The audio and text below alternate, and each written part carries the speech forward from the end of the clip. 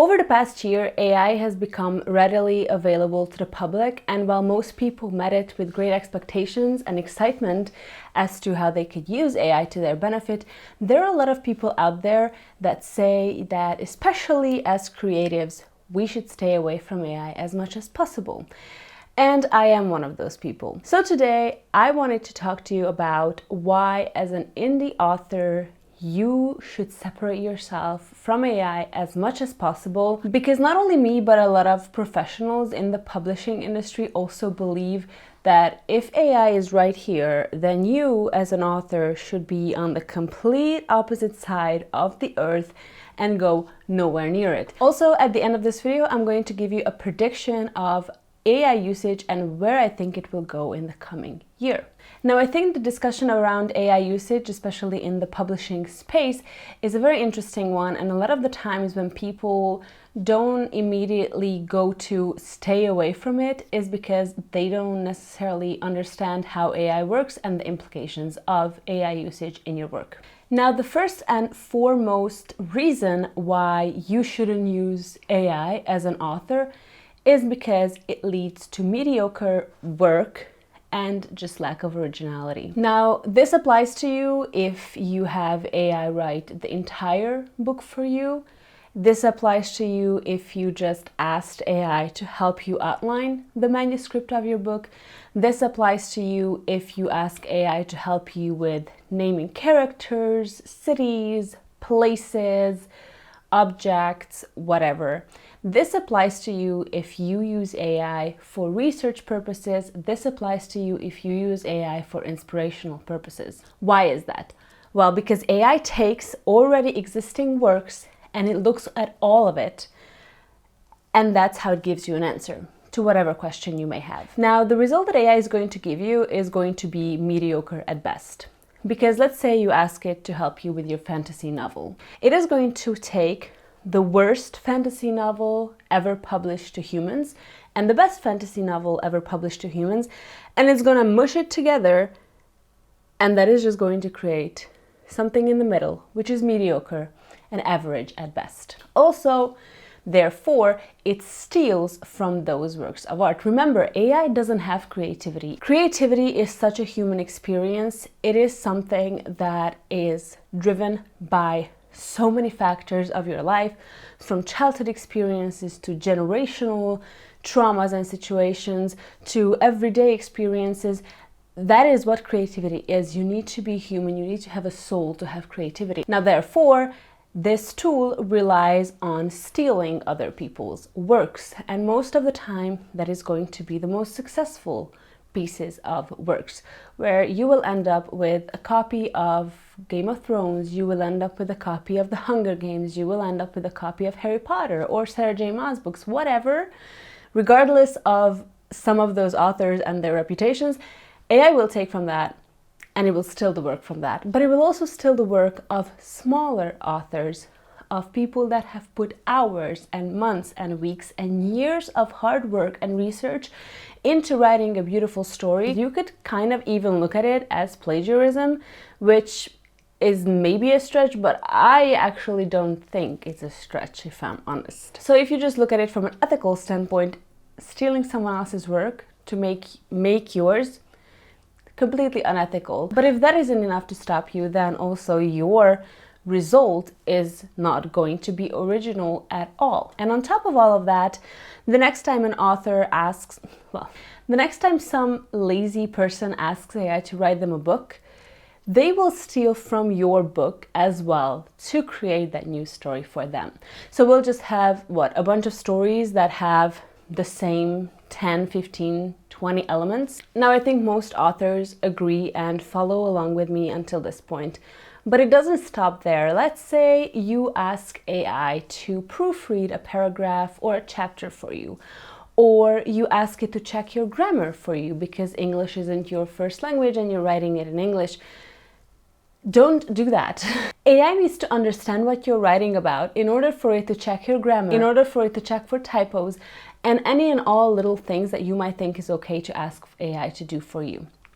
But it needs to understand it, which means it'll understand this is a book, it'll understand this is a story, and therefore will take your work. And the next time someone asks AI to write a book for them is also going to take inspiration from that piece of work you have uploaded into the system purely for asking it to proofread something for you. That is why I'm saying stay away from it as much as you can. Any little detail that AI gets their hands on of your book is going to eventually be stolen by someone else, by AI itself. Now, another implication that a lot of people don't think about when using AI is the copyright implications.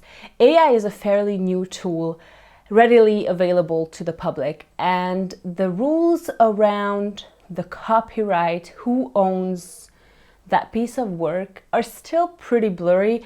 I think we're going to eventually define the copyright rules around them, but right now they are pretty blurry. So if you have AI write a book for you, if you have AI come up with a name for, I don't know, your dragon in your book for you, or the main character's name, if you have AI create a book cover for you, the question remains, who owns it? Do you as the author own it, or does AI own it, right?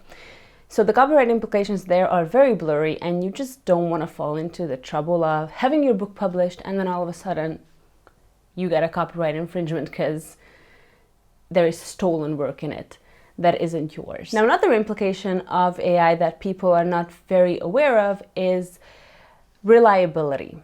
And I mean that especially when people want to use AI as a search engine. Now, ChatGPT, for example, is not a search engine. It is a language learning model. It is going to scour the internet to give you an answer to the question you ask it, but it doesn't critically look at all the different informations it finds on the internet and determine that this is fake and this is real. So in essence, the answer it's going to give you a lot of the times is not going to be correct. Because like I said, it doesn't critically look at the information it finds on the internet and just picks out the ones that are correct. No, it gives you everything and anything. Don't rely on it with your research. Also, research can be, I know, a very long and tedious process, but it should be a fun process. You should want to know and learn more about the things that you're researching for your book. AI is not going to help you with that. So in conclusion, no matter how big or small the thing is you want to ask AI to help you out with, just don't do it. I know it's going to take longer for you to write your book, to get your manuscript right, to get editing right, to have your proofreading done, to have a book cover designed, and all of that is going to take longer and probably going to cost you more.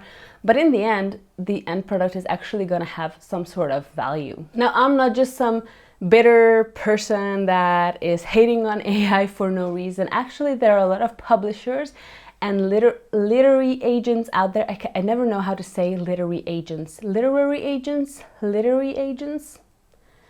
There's a lot of publishers and literary agents out there that have now started to include entire clauses in their contracts with authors that they will not work with them or publish their books if it has seen AI in any way, shape, or form.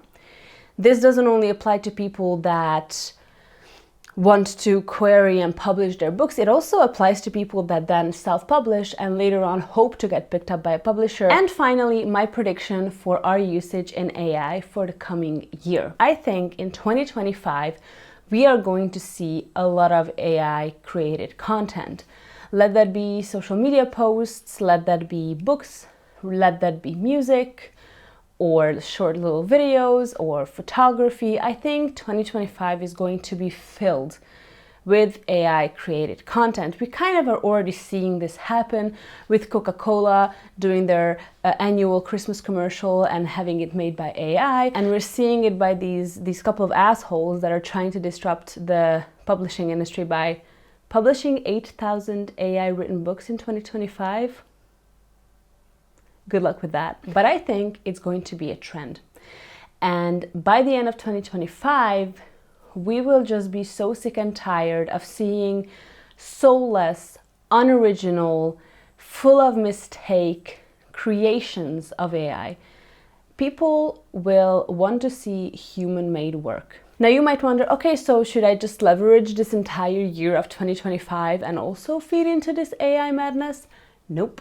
Because if I'm right, a year from now, when people are going to start to talk about why human-made stuff are so much better than AI-created things, you do not want to be one of those people mentioned as, "Look at this author that published an AI-written book.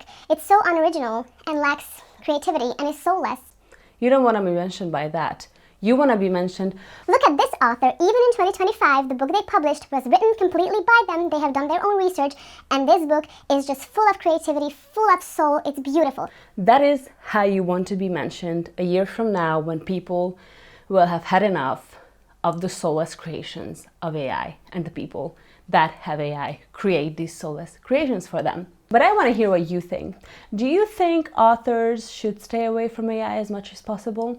And do you think my prediction is correct? Maybe we'll have to come back in a year from now and look at it again.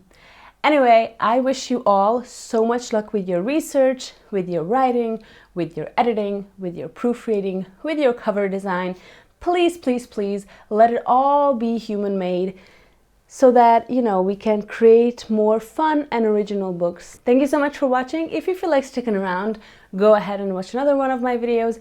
I upload weekly writing and or publishing videos on this channel. Also follow me on all my other socials. I upload more tips and tricks on there too. And I will see you next week. Bye!